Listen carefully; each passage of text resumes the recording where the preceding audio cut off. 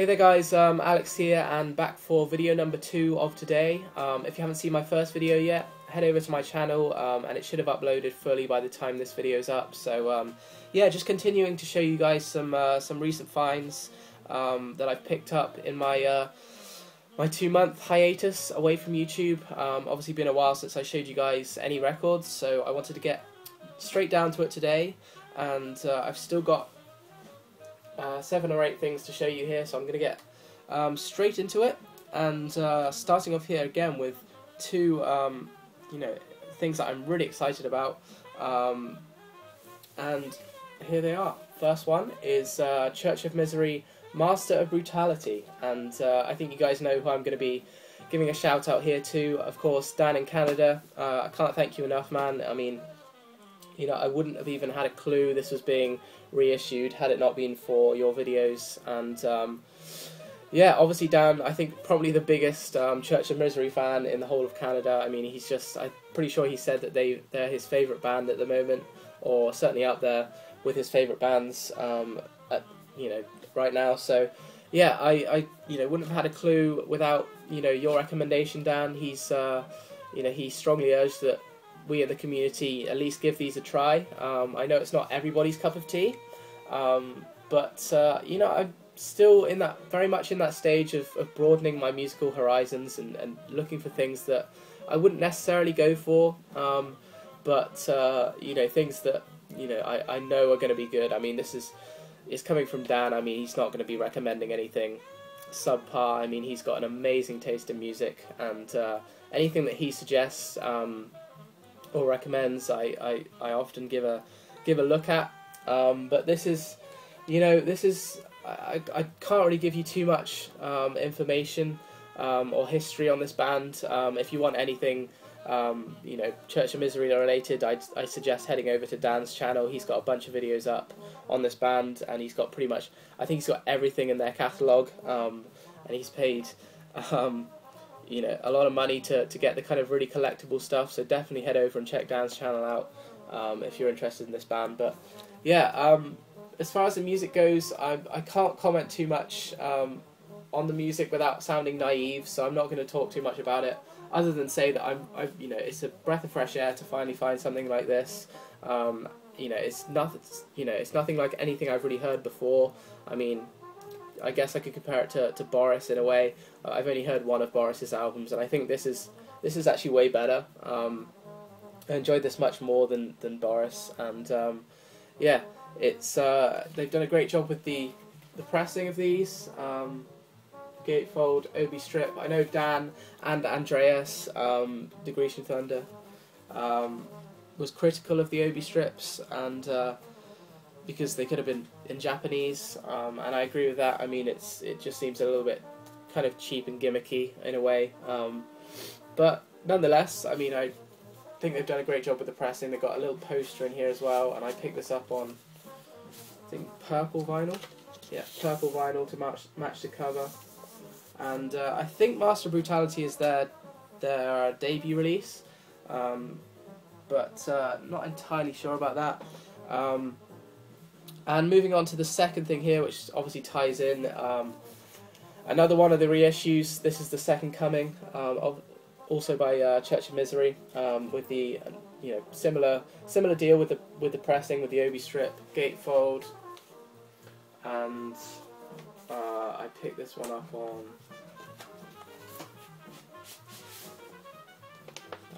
red vinyl, and again, I'm not going to comment too much on the sound of this album. For me, it sounds pretty similar. I can't pick up too much on if there's a huge difference between this and Master of Brutality. But I will say, it's fascinating to hear. It's it is disturbing in a way, but it is fascinating to hear the references and the kind of obsession with serial killers on these albums. Church of Misery obviously have that as a kind of running theme throughout all of their releases, and these two are no exception. I mean, they've got snippets in there from like interviews done with Ted Bundy and and other people. Obviously, this is Ted Bundy on the cover. I mean, it's very, very disturbing at times, I have to say, but it's also, you know, it's fascinating to hear. I mean, obviously the lyrics are, the majority of the lyrics are in Japanese, so it's, you know, you get to hear some little English snippets there that you can understand. But yeah, thank you so much, Dan, for recommending these. I've also got, what's the other one? Houses of the Unholy on my iPod, and I've been listening to that, and that's an amazing release. I actually think I think Dan said that it's probably the most accessible of the Church of Misery albums, and I would certainly agree. I think it sounds more accessible for someone like myself who's trying to get into this genre, doom metal genre. I haven't heard too much doom metal in my time. Obviously being into folk and Dylan and the Beatles, and I mean it's kind of a different world, but yeah, certainly recommend giving it a try. It won't be to everybody's taste, I know, but it was fascinating to hear that for the first time. So thanks very much, Dan. And moving on here to another release I was pretty excited about. I've had this a while now, probably best part of 2 months. This is The Velvet Underground. With Lou Reed, live 1969.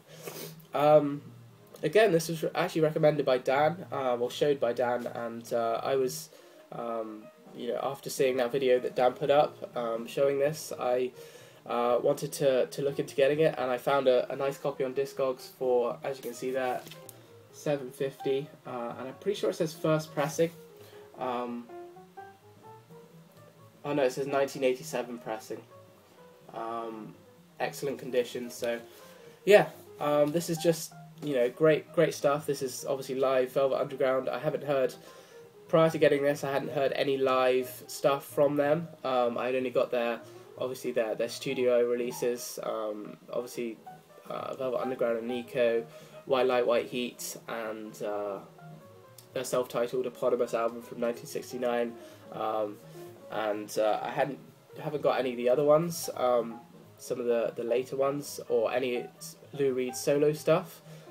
So it's just great to get. Gives you a great insight into their what they brought to live music and how it differs from the album stuff. But I really enjoyed this. It's I'll just give you a look at the pressing. It's got some liner notes in here. Written by Elliot Murphy. 2LB set. The vinyl's in pristine condition. Pretty interesting cover, and I remember Dan saying that when he bought it, they covered this front cover up with like a black sheet of paper because it couldn't be displayed in the record store or something. I found that quite funny actually,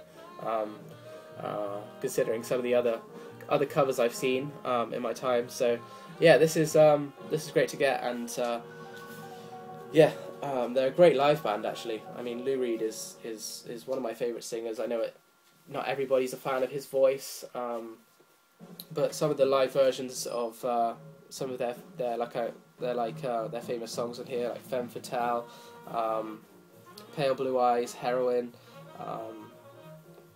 I'll Be Your Mirror, White Light, White Heat. Some classic stuff on here, and it can't really go wrong. If you're a Velvet Underground fan, definitely recommend picking this up. So that's that one. Moving on to some second-hand stuff that I picked up. 5 records left, so I'll get through these quite quickly. First off, Simon & Garfunkel, Bridge Over Troubled Water. Yeah, it's classic kind of folk rock stuff. Really good stuff, definitely. I mean, they were amazing in their time. They made some great music. I've always thought of their stuff as reasonably safe. You know, not too experimental. Just quite safe, but very, very solid folk music. But I saw this for like 99p in excellent condition, and thought I'd pick it up. Evidently, I've been really getting into to some of Paul Simon's solo stuff recently. Most notably, Graceland, his kind of landmark masterpiece, I guess, from 1986, I think. And like a few weeks ago, this album was just constantly on my turntable. It literally didn't come off. I was playing it over and over again because I was, I watched a documentary on the making of this album, and was just kind of, prior to watching that, I kind of played it once and just put it on the shelf and forgot about it. But after watching that and kind of seeing the ins and outs of how this album was made, and just the kind of the freedom and the liberty that seemed to be expressed in this music is wonderful to me, and it's fast becoming one of my favorite albums. So yeah, I've been trying to get into some Paul Simon, and obviously Simon and Garfunkel was a key era for him, the 60s and 70s. So moving on, we got a jazz LP here. This is the Dave Brubeck Quartet, Time Out and Time Further Out. This is like a double compilation, I guess.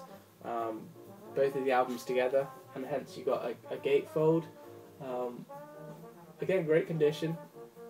Nice pictures there of, I'm guessing that's Dave Brubeck, and yeah, don't have too much to say about this. I mean, I really enjoyed listening to it. Obviously, this is a classic. I watched, I think it's Teddy's video that he put up, like his top 10 essential jazz albums, and this was one of them. I think Time Out was one of them, and it's classic stuff.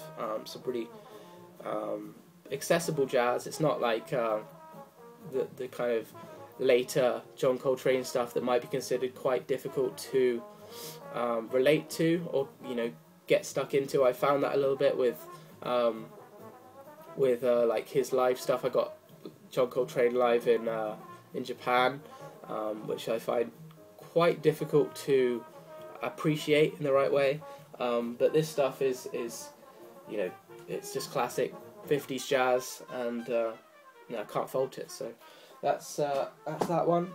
Moving on, we've got Robbie Robertson. This is Fallen Angel, and I believe this is his first solo album, from I think the 80s. But if I'm honest with you, I've had this about a month now and I haven't played it through. I haven't had time to play it through. It's not something I'm dying to hear or anything. It's just something I saw in the shop in the charity shop for like a couple of pounds, and obviously Robbie Robertson has a big association with Bob Dylan, and he's an amazing guitarist. Just have to look at the work he did on the world tour, Dylan's world tour in 1966. He was the driving force behind the guitar on that tour, and he was the lead guitarist. So I've got to commend him for that, and he's it's because of that I kind of felt obligated to pick this up and at least give his solo work a try. I haven't got huge expectations or anything, but I've heard reasonably good stuff about this. A couple of quotes here. A music that matches the highest standards of his past work. With his first solo album, Robertson has propelled himself right back into the forefront of contemporary rock. So some pretty good stuff said about this, and I really do need to get around to listening to it. But obviously the stuff he did with Dylan and the stuff he did with the band is of the highest quality in my opinion, and he's certainly, I think, a legend of rock. So yeah, that's Robbie Robertson's Fallen Angel.